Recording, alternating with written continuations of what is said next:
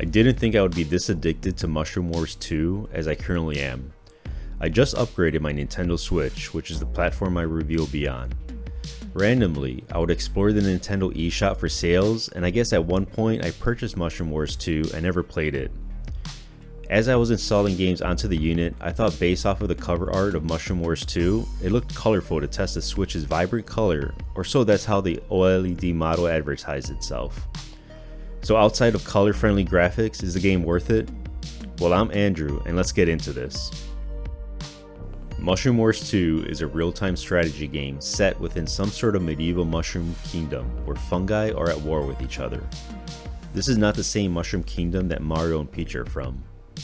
There is an overworld map that is level-based with increasingly difficulty as you progress, complemented with tutorial levels to teach the fundamentals of some key features the developers still want to instill into you to enhance gameplay, such as using leader powers, upgrades, leverage buildings, and fighting.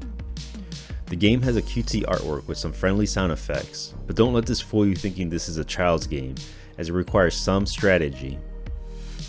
On the overworld map, as you progress through each level, you get the idea of what each level entails, such as a conquest level. This is the level you need to decimate the enemy and control all buildings as a requirement to win. There's domination level type where you need to control a key building to fulfill the requirement to win, just to list out a couple. Not only do you know the victory condition, but what each map looks like, starting positions, and buildings to come up with a strategy before selecting the mission. In later levels, you can select a hero. Heroes can rally your troops to do one of several things. Boost up morale to defend a building which may seem hopelessly lost when a large army is marching their way to you. Speed up your troops so you can capture an enemy or neutralize building. Secretly capture enemy buildings and boost your army's attacking ability. There are three types of buildings. A barracks to raise troops to attack and defend your territory. A defense tower, which kills enemy troops within its vicinity. And finally a forge to increase combat effectiveness of your army. All buildings other than the forge can be upgraded to increase its output.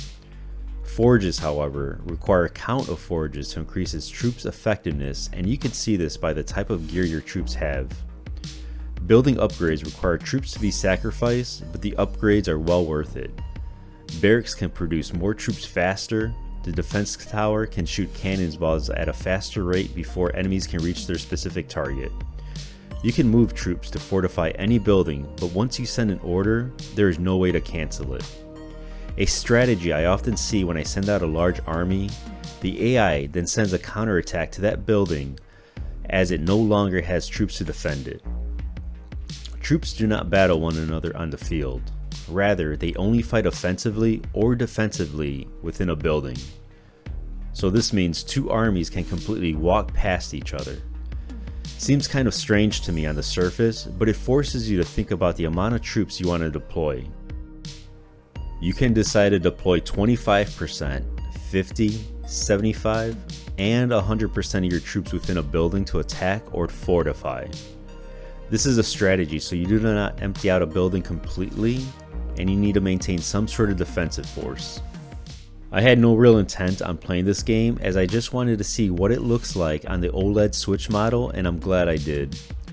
If you see my other videos, I think you'll get the sense that I like to play more AAA titles, but this is not to say I don't appreciate smaller developers because they have a place to fill a void that the big guys can't. Sometimes simpler is better, and I do have a large collection of all types of games.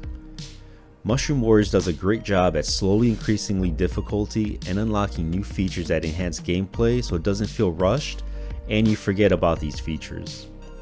There were some levels where I was defeated and I just had to replay it several times. I just needed to win and march forward. The game had me engaged throughout the experience. So what is it that made me so addicted to it? Maybe I was in a place mentally I needed a break from AAA games, or perhaps it was the simplicity of the game.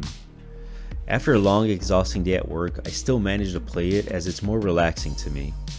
Usually for most games, I don't like to play games while I'm tired as I want to get absorbed into the game as the developers intended it, so I can soak up the story, the lore, the gameplay, and the little details that make what the game it is. It's just something about Mushroom Wars at dominating the enemy, or better yet, when you're losing the battle by troop count and buildings, for you to come back and capture victory. That feeling of accomplishment is what Mushroom Wars does best, and I constantly want to get that sense of accomplishment that other games don't feed at the speed that Mushroom Wars 2 does. Is Mushroom Wars 2 worth it? I would say yeah, it definitely is. Give it a try and tell me in the comments what you think.